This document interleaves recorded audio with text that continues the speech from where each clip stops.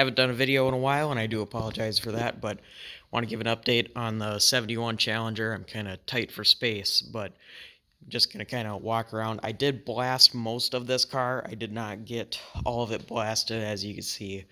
But as you saw maybe in the first video, it's a really, really solid car overall. And I've got a lot of sand to clean off the car yet.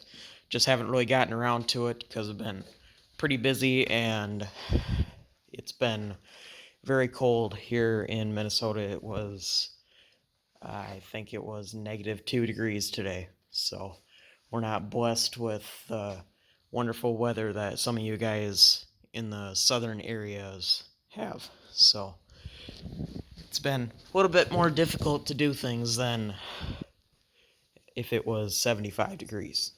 But anyways, kind of back to the car here. This is our 1971 Challenger project. Really solid car, pretty straight overall. It will need a couple patches, but it's really not bad. And we are going to go ahead and go forward with this car. And like I said in the first video, this car is really, it's pretty much for sale at any given point in time of the restoration. And we have a lot of things that are undecided yet.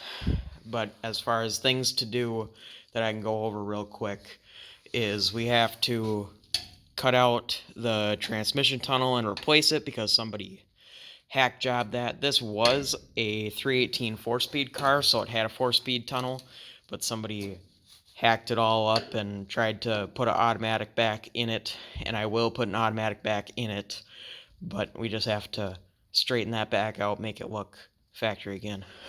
And the floor pan on this side is all nice and all good. I don't really see any problems with this side, but on the other side, as you can see over there, there's some rust, there's some holes, and then on this side there are some holes around this area as well. So we're probably going to do that whole side of the floor pan. This side is all nice, solid original metal, so don't really see any reason to mess with it. And the typical spot that's always rusted out on Challengers is actually good on this. The cowl is phenomenal. No problems at all. We made sure we blast as much of that as possible, and as you can see, it's all metal. There's no holes, there's no rust. And the roof is real good as well. As far as where this will need patches, this quarter panel is really good overall. Probably don't even need to touch the back half of it. I'll need to get a little patch in there because there are some pinholes there. And then if I can rotate this here a little bit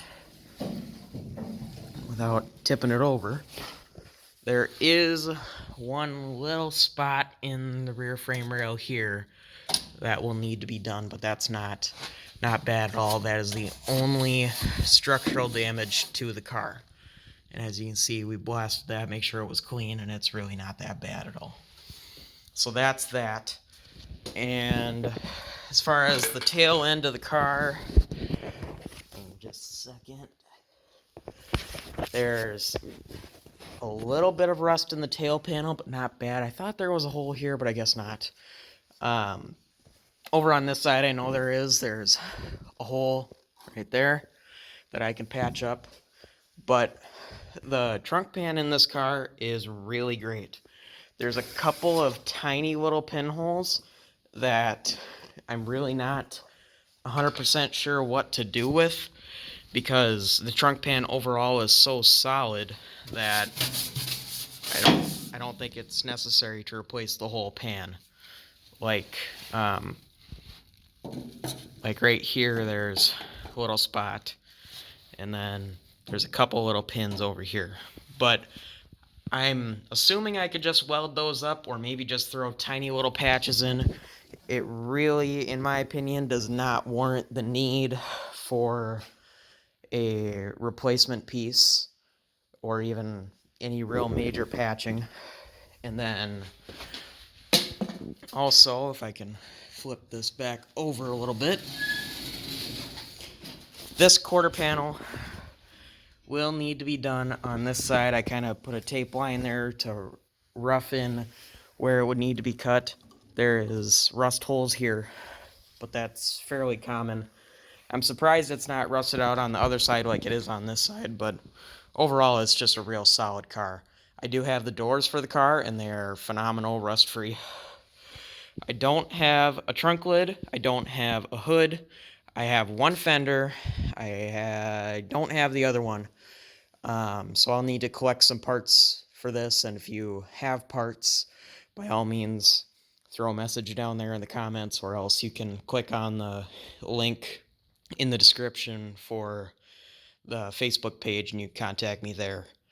But yeah, this car is undecided as of now what direction it's going to go. We want to do a RT clone, whether that's a 383 or a 440, with the little side scoops in the quarter panels. Those look real nice, and then with the longitudinal stripe.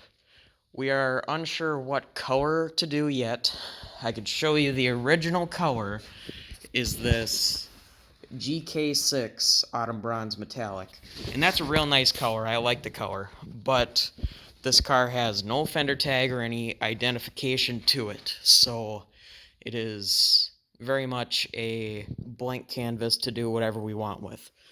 So by all means, put down in the comments what you would like to see, or any ideas you have on this, or any recommendations, because anything helps, and we're just gonna get back to it, and I hope to get another video out in the next few days.